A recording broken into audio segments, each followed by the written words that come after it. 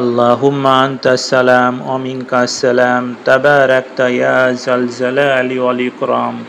ইয়া জাল জালালি ওয়াল ইকরাম ইসলামিক একটি দোয়া বা বাক্যাংশ যা আল্লাহর গুণাবলী প্রশংসা করে। এই আরবি ভাষাটি একটি সুন্দর প্রশংসামূলক বাক্যাংশ যার অর্থ হলো হে মহত্ব ও সম্মানের অধিকারী।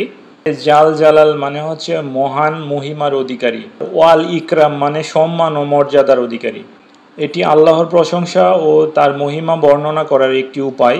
ইয়া জাল জালালি ওয়াল ইকরামের ফজিলত অপরিসীম। এটি আল্লাহর গুণবাচক নামগুলোর মধ্যে একটি।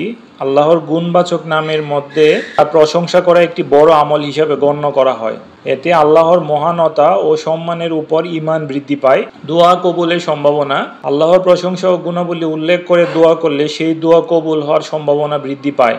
আল্লাহর এই গুণের প্রশংসা করে আমরা আমাদের প্রয়োজনের জন্য প্রার্থনা করতে পারি, যা দোয়ার গ্রহণযোগ্যতা বাড়িয়ে দেয়। এই বাক্যাংশ ব্যবহার করলে মুমিনের হৃদয় প্রশান্তি আসে এবং আল্লাহর নৈকট্য লাভ করা যায়, কারণ আল্লাহর নামসমূহ এবং গুণাবলী স্মরণ করা রহমত ও শান্তি নিয়ে আসে।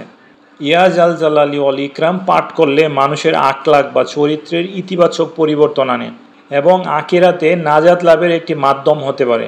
অতএব ইয়া জাল জালালি ওয়াল ইকরাম এই বাক্যাংশটি বা এই দুয়ার অংশটি, অর্থাৎ আল্লাহর গুণবাচক নামের অংশটি অত্যন্ত ফজিলতপূর্ণ।